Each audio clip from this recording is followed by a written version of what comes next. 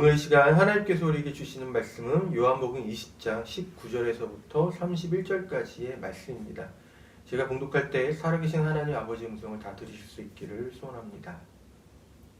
그날 곧 주간의 첫날 저녁에 제자들은 유대 사람들이 무서워서 문을 모두 닫아 걸고 있었다.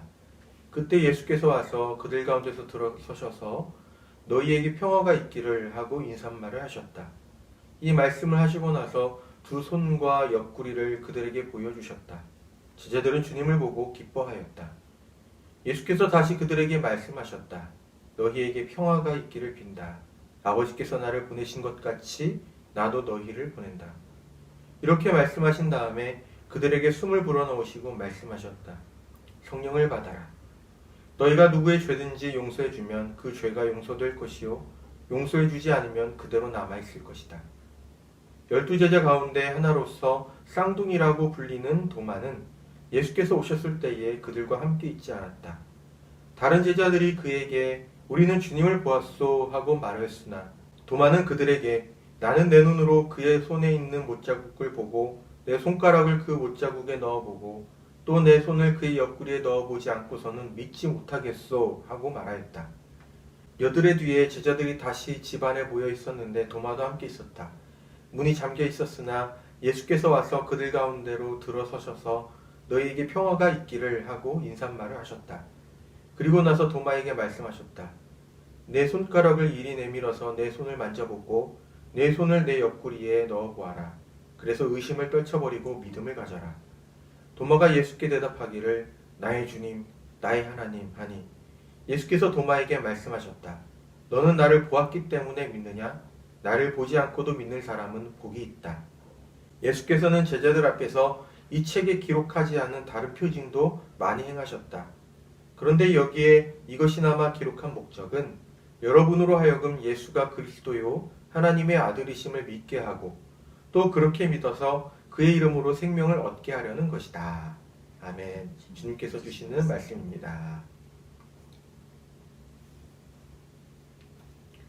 오늘은 부활절 둘째 주간을 시작하는 주일입니다. 그리고 오늘 우리에게 주어진 성서 말씀은 부활하신 예수께서 제자들을 두 차례 찾아가신 이야기를 전해주고 있습니다.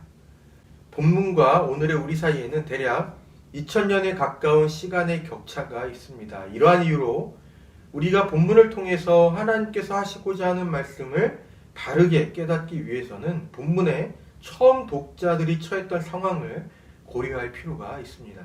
물론 이러한 작업은 우리가 할 수만 있다면 성서를 대할 때마다 성실하게 해야 하는 작업이기도 합니다. 본문의 독자를 가리켜 흔히 요한 공동체라고 말합니다. 학자들 사이에 약간의 이견이 있지만은 대체로 요한 공동체가 1세기 말의 공동체라는 데에는 동의를 합니다. 1세기 중후반 유대 로마 전쟁의 여파로 예루살렘 성전이 완전히 파괴된 사건은 유대 사회에 많은 변화를 초래하였습니다. 우선적으로 성전의 파괴는 더 이상 성전에서의 제사가 가능하지 않다라는 것을 의미했습니다. 이에 따라 성전에서 드리던 제사는 회당에서의 예배로 대체되었습니다. 이전에는 성전이 유대인의 정신적, 종교적 중심이었다면 이제는 회당이 그 역할을 대신하게 되었습니다. 회당은 유대인의 종교적 삶의 중심이자 공동체 생활의 토대가 되었습니다. 뿐만 아니라 어린이에 대한 교육과 빈민 구제, 그리고 율법을 범한 자들을 치리하는 등의 사회적인 기능도 담당하였습니다. 아직 유대교와 기독교 사이에 구분이 일어나지 않았을 때에는 요한 공동체라고 불리는 교회 공동체도 생겨나지 않았습니다. 하지만 결정적인 한 사건으로 인해서 유대교와 기독교 사이에 구분과 분리가 발생하게 되었습니다. 그것은 유대교 회당에서 기독교인들이 추방을 당하게 된 사건입니다. 그 발단이 된 것은 기독교로 개종한 유대인들의 신앙 고백이었습니다. 오직 야훼만이 하나님이시다라고 믿고 있었던 유대인에게 있어서 예수께서 그리스도이시다라고 고백하는 유대 기독교인은 곧 율신론을 부정하는 사람과 다르지 않았습니다. 이러한 신학적 판단을 근거로 회당의 당국자들은 이들 유대 기독교인들이 유대인들을 개종시키려고 한다라는 것에 위기의식을 느낀 나머지 유대 기독교인들을 회당으로부터 추방시키려고 했습니다.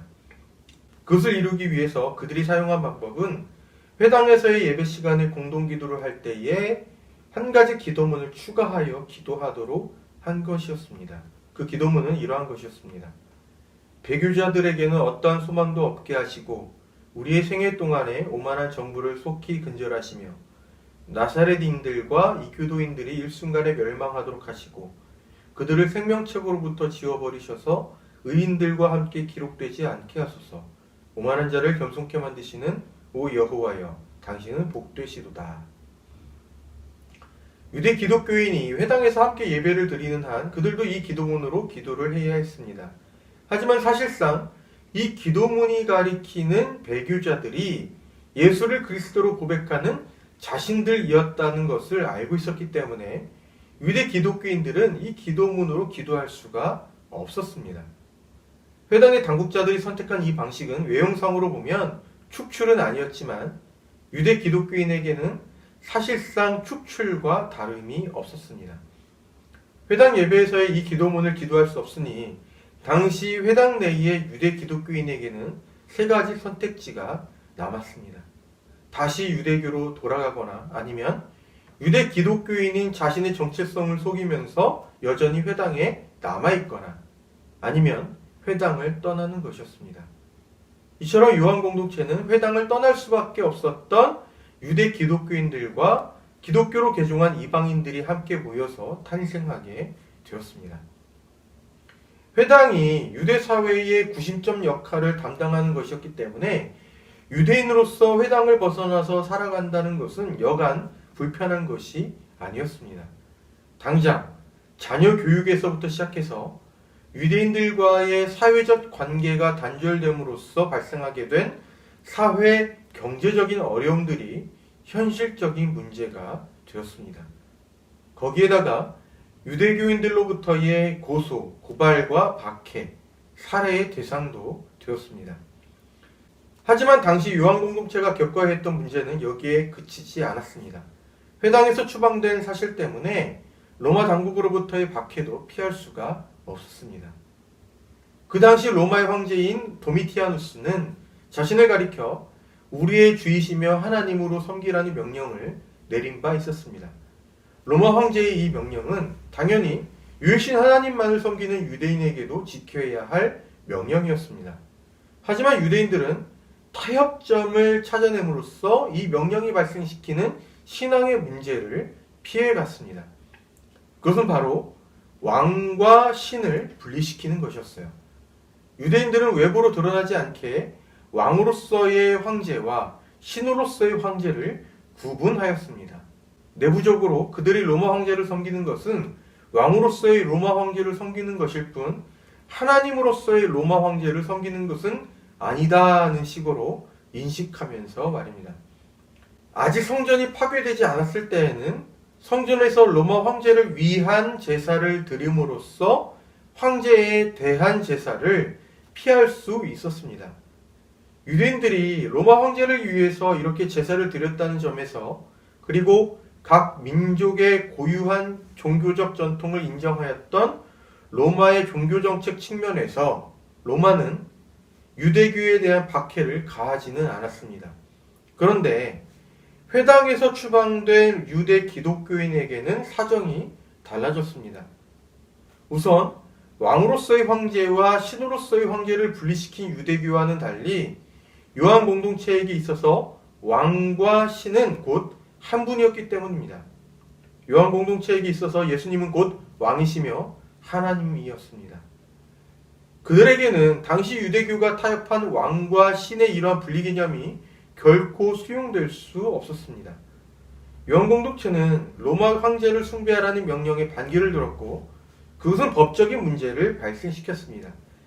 가뜩이나 로마 입장에서는 유대교로부터 추방된 유대인들을 관용할 만한 이유가 없었는데 로마 황제를 숭배하는 명령을 위반하는 요한 공동체를 그대로 둘 이유는 없었습니다. 이처럼 당시 요한 공동체는 그들이 유대 회당으로부터 추방되면서 유대 사회와 단절되면서 생겨났습니다. 그들은 유대인들로부터 고소와 고발, 박해를 받아야 했고 더 이상 그들을 유대인으로 인정하지 않는 로마에 의해서도 박해를 받고 있었습니다. 요한 공동체가 직면한 그러한 상황들은 처음 겪는 것이었고 두려운 것이었습니다. 그러한 상황은 우리는 이제 지금 이러한 상황에서 어떻게 살아가야 하는 것인가와 같은 질문을 제기하였습니다. 처음 겪는 그러나 너무나 두렵고 괴로운 현실에서 요한 공동체는 살아갈 방법을 찾아야 했고 다다라야 할 좌표를 얻어야 했습니다. 그러던 그들에게 요한은 오늘 본문의 말씀을 들려주었던 것이죠. 당시 요한 공동체가 겪던 두려움은 곧 예수께서 죽임을 당하신 후에 자신들에게도 그런 해가 미칠까 하여 두려워 떨던 제자들의 두려움과 닮아 있습니다. 본문 19절이 그러한 제자들의 상황을 묘사하고 있습니다. 그날 곧 주간의 첫날 저녁에 제자들은 유대 사람들이 무서워서 문을 모두 닫아 걸고 있었다. 처음 예수님을 만났을 때에는 정말 그분이 온 세상의 불의한 모든 것들을 뒤집고 마침내 새로운 이스라엘을 이 세상에 가져오실 것이라고 생각했던 제자들이었습니다. 그래서 그들은 기꺼이 생업도 버리고 예수님을 쫓아 여기까지 왔던 것이죠. 하지만 너무나 어이없게도 그 모든 기대와 희망을 한 몸에 받으셨던 그분 예수께서 불의한 권력에 의해서 죽임을 당하셨을 때에 제자들은 절망하지 않을 수가 없었습니다. 제자들은 절망했고 두려워했으며 그들이 틀렸다고 하는 자책감에 빠져 있었습니다. 지금 요한 공동체가 처음 경험하는 낯설고 위험한 상황 속에서 느끼는 것처럼 말입니다. 요한은 이야기를 이어갑니다. 그때 예수께서 와서 그들 가운데로 들어서셔서 너희에게 평화가 있기를 하고 인사말을 하셨다. 절망하고 두려워 떨던 제자들에게 예수께서 찾아가셨습니다. 그리고 하신 첫 말씀이 평화의 인사말이었어요. 제자들은 그들의 눈앞에 나타나신 예수께서 그들이 따랐던 그러나 죽임을 당하신 그분 예수님이라는 것을 알아차렸습니다. 마침내 그분께서 부활하셨다는 것을 확인하게 된 제자들은 기뻐하지 않을 수 없었습니다. 그 기쁨은 절망에서 희망을 맛본 사람들이 전하는 기쁨이자 자신이 틀린 선택을 했다고 자책하던 그 자책이 오히려 틀린 판단이었음을 깨닫는 자의 기쁨입니다. 또한 그 기쁨은 죽으면 모든 살아있는 것들도 끝이라고 하는 죽음의 두려움과 허무함이 허상이라는 것을 깨닫게 된 자의 기쁨입니다. 이것이 예수님의 부활이 주는 기쁨이라는 것입니다. 이어서 요한은 제자들을 만나신 예수께서 하신 중요한 말씀을 들려줍니다. 너희에게 평화가 있기를 빈다. 아버지께서 나를 보내신 것 같이 나도 너희를 보낸다. 예수께서 부활하셨다는 것은 제자들에게 기쁜 소식일 뿐만 아니라 그들이 방금 전까지 빠져 있었던 모든 패배감, 절망감, 자책감, 두려움을 거뜬히 잠재우는 평화의 소식이었습니다. 예수님의 부활이 깨닫게 하는 그 진리를 알고 믿는 자에게 평화가 있기 때문에 예수께서 이어서 하신 이 말씀, 나도 너희를 보낸다고 하는 이 말씀도 따를 수 있는 것입니다. 예수께서 제자들에게 하신 이 말씀, 곧 아버지께서 나를 보내신 것 같이 나도 너희를 보낸다라는 이 말씀은 보냄을 받은 자의 삶에서 보내신 이를 드러낸다는 원리를 담고 있습니다. 예수께서 하나님 아버지께로부터 보냄을 받았기에 그분의 삶에서 하나님 아버지를 볼 수 있듯이 제자들이 예수께로부터 보냄을 받았기에 제자들의 삶에서 예수님을 볼 수 있어야 하는 것입니다. 요한이 요한 공동체에게 전했던 지금 이 본문의 내용은 한때는 그들처럼 절망하고 자책하고 두려워 떨던 제자들이 어떻게 해서 죽음도 두려워하지 않고 진리를 전하는 삶을 살게 되었는가 하는 질문에 대한 대답이었습니다. 그들이 유대 회당에서 추방당하게 되면서 처음으로 겪는 온갖 괴로운 상황과 그것으로 인한 두려움 속에서 그들이 기억하고 붙잡아야 할 것을 요한은 말하고 있는 것입니다. 그것은 예수께서 부활하셨다는 것입니다. 지금 요한 공동체가 취해야 하는 적절하고 올바른 모든 행동의 기초는 바로 예수께서 부활하셨다고 하는 이 신앙 고백을 철저하게 기억하고 붙잡는 것에 있습니다. 그래야만 지금 그들이 겪고 있는 두렵고 괴로운 상황을 회피하려는 행동과 같이 그저 상황에 매몰되어 수습하려는 행동을 하지 않을 수 있습니다. 그래야만 본격적으로 요한 공동체가 해야 할 바를 행할 수가 있습니다. 그것은 곧 예수께로부터 보냄을 받은 제자들이 그들의 삶에서 예수님을 드러낼 수 있었던 것처럼 요한 공동체도 그들의 삶에서 예수님을 드러내는 것입니다. 그리고 다시 이 모든 삶의 기초는 그들이 예수께서 부활하셨음을 굳건하게 믿는 것에 있습니다. 계속해서 요한은 부활하신 예수께서 제자들에게 전하신 말씀을 들려줍니다. 예수님은 제자들에게 숨을 불어넣으시고 말씀하셨습니다. 성령을 받아라. 너희가 누구의 죄든지 용서해주면 그 죄가 용서될 것이요 용서해주지 않으면 그대로 남아있을 것이다. 창세기 2장은 인간이 본질적으로 어떠한 존재인지를 깨닫게 하는 말씀입니다. 거기서 인간은 하나님께서 불어넣어 주신 숨으로 인해서 살아있는 존재가 되었다라고 말씀합니다. 호흡은 인간이 살아있음을 증명하는 활동입니다. 그렇다면 창세기는 인간이 하나님께서 주신 호흡으로 살아가는 존재라고 선포하고 있는 셈이죠. 요한복음의 이 구절에서도 예수께서는 제자들에게 숨을 불어넣으시며 성령을 받으라고 말씀하셨습니다. 창세기가 인간이 하나님의 호흡으로 살아가는 존재라고 선포한다면 여기에서는 제자가 예수님의 호흡, 다시 말해서 성령으로 살아가는 존재라고 말씀하는 것입니다. 이것은 어떻게 해서 예수께로부터 보냄을 받은 사람이 그의 삶에서 그를 보내신 예수님을 드러낼 수 있는가에 대한 대답입니다. 예수님의 호흡, 다시 말해 성령의 호흡에 맞춰서 살아가면 된다라는 말씀인 것이죠.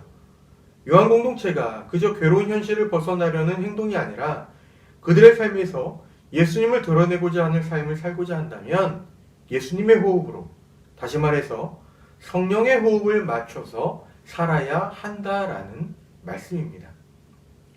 요한 공동체가 직면한 이 모든 상황은 예수를 그리스도로 고백하는 그들의 신앙을 미워하는 회당의 당국자들 때문에 일어난 것이었습니다. 그들 때문에 회당에서 추방당했고 누구는 다시 유대교로 돌아갔고 누구는 회당 안에서 자신을 속이면서 지냈습니다. 로마의 박해도 이것과 무관하지 않았습니다. 그러니 요한 공동체는 한편으로는 두려움을, 다른 한편으로는 상황을 이렇게 만든 자들에 대한 증오심을 다뤄야 했습니다. 증오심을 다루는 방법은 용서하는 것이었습니다. 예수께서 하셨던 말씀에 의하면 그것은 단순히 용서에 관한 말씀은 아닙니다. 그것은 용서할 수 있는 권위에 대한 말씀입니다. 다시 말해서 신앙 때문에 괴롭고 두려운 상황에 처해지게 된 모든 성도들이 세상의 관점에서 볼 때에는 그들이 패배자이고 약자일 뿐이지만 예수님의 관점에서 볼 때에는 그들이 용서하느냐 마느냐에 따라서 가해자들의 죄가 용서되느냐 마느냐가 갈리는 그 권세를 가진 사람이라는 것입니다. 용서함으로 인해서 내가 가진 증오를 도저히 풀 수 없을 것만 같은 상황에 있을지라도 용서를 할 수 있는 힘은 성령의 호흡을 따라 호흡할 때에 가능합니다. 어쩌면 요한 공동체가 성령의 호흡을 따라서 그 모든 상황을 초래한 자들을 용서함으로써 그들을 향한 증오심을 비워낼 수 있기를 기대하였을지도 모릅니다. 하지만 요한 공동체 안에 있는 모든 사람들이 성숙한 신앙을 가졌던 것은 아닌 것 같습니다. 그들 안에서는 기독교로 개종은 하였지만 엄혹한 현실 때문에 믿음이 흔들리던 사람도 있었고 아직 예수님을 그리스도라고 분명하게 고백하지 못한 사람도 있었습니다. 그런 사람들이 있었기 때문에 요한은 예수께서 부활하셨다는 동료 제자들의 증언을 믿지 못하던 도마의 이야기를 들려주었습니다. 도마는 부활하신 예수님을 보았다는 동료들의 말을 믿지 못하고 이렇게 말했습니다. 나는 내 눈으로 그의 손에 있는 못자국을 보고 내 손가락을 그 못자국에 넣어보고 또 내 손을 그의 옆구리에 넣어보지 않고서는 믿지 못하겠소. 하지만 그런 도마에게도 예수께서는 당신을 나타내어 보이셨습니다. 그때 예수께서 도마에게 이렇게 말씀하셨습니다.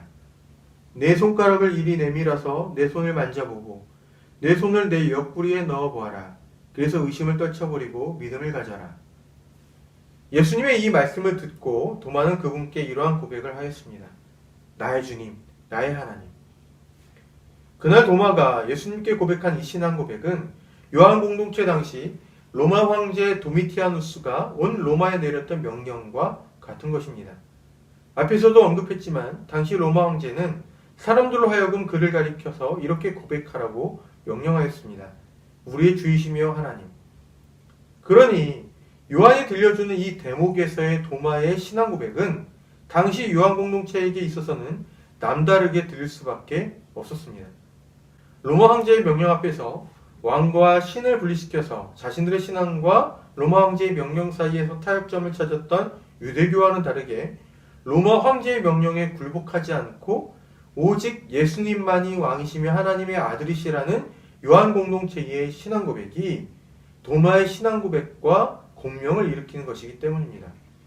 비록 요한 공동체가 그들의 신앙 고백 때문에 온갖 두렵고 괴로운 상황에 처해지게 되었지만은 그들의 그러한 행보가 결코 틀린 것이 아니었음을 다시금 확인하는 계기가 되었던 것입니다. 예수께서는 도마에게 이렇게 말씀하셨습니다. 너는 나를 보았기 때문에 믿느냐? 나를 보지 않고도 믿는 사람은 복이 있다. 이것은 도마를 질책하는 것이기도 하지만 그렇다고 심하게 꾸짖으신 말씀은 아닙니다.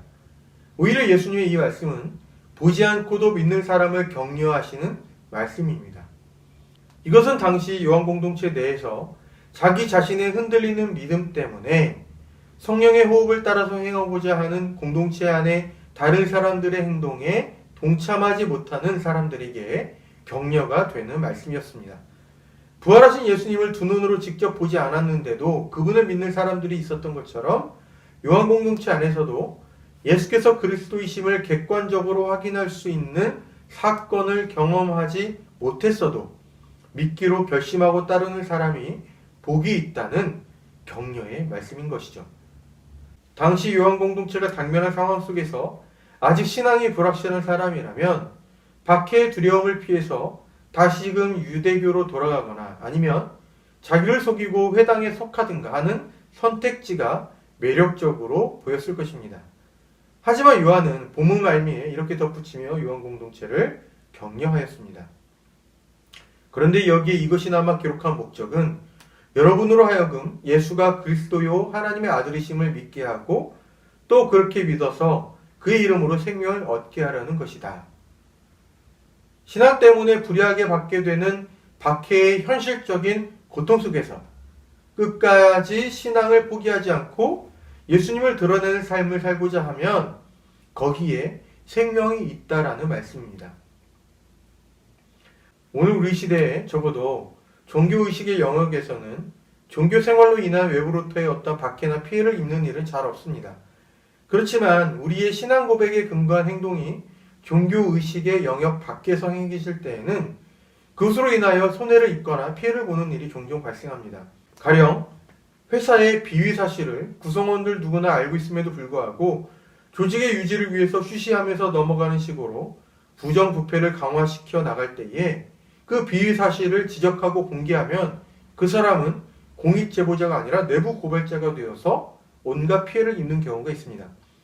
그저 좋은 게 좋은 거라는 식으로 그리고 목구멍이 포도청이라는 현실적인 이유로 부정부패한 상황을 넘어가라는 세속적인 목소리가 나의 내면을 가득 채울 때에 정직하고 담대하라는 성령님의 호흡을 따라서 호흡함으로써 여러 가지 어려움을 겪게 되는 사례를 접하곤 합니다.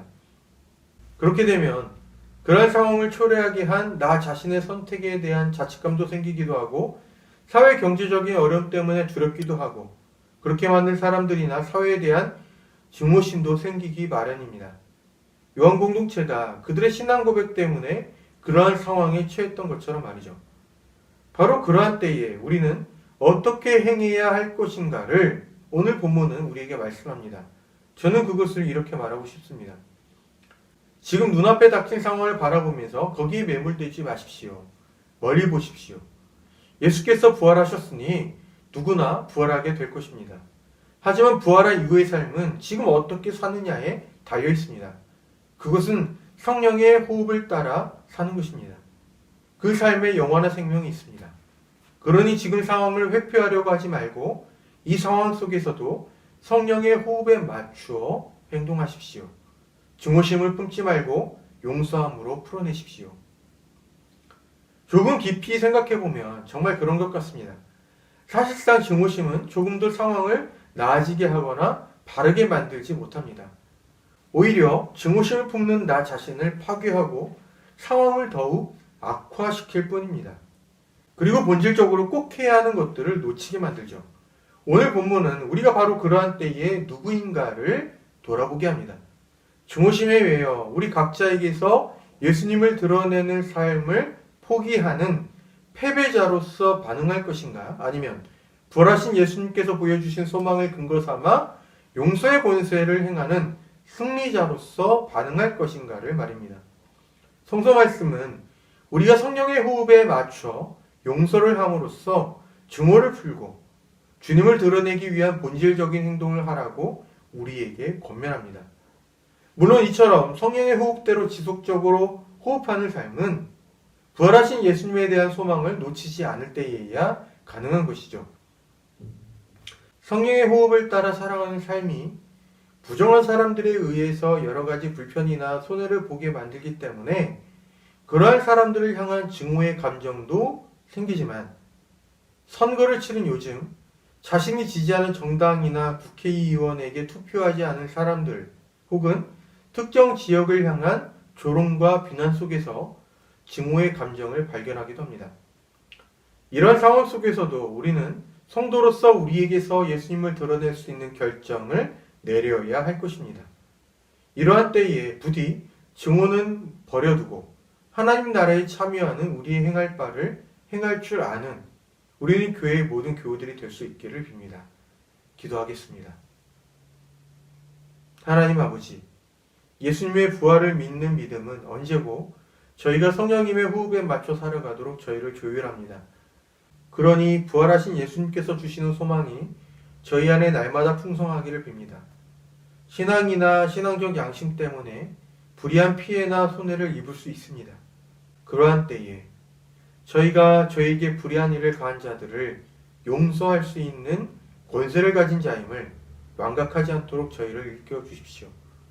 용서함으로써 저희를 이 세상에 보내신 주님을 드러내고 하나님 나라의 일에 참여하도록 인도하여 주십시오. 언제나 어디에서나 성령님을 통하여 저희 곁에 또 저희 안에 계시며 저희와 함께 하시는 예수님의 이름으로 기도드립니다. 아멘.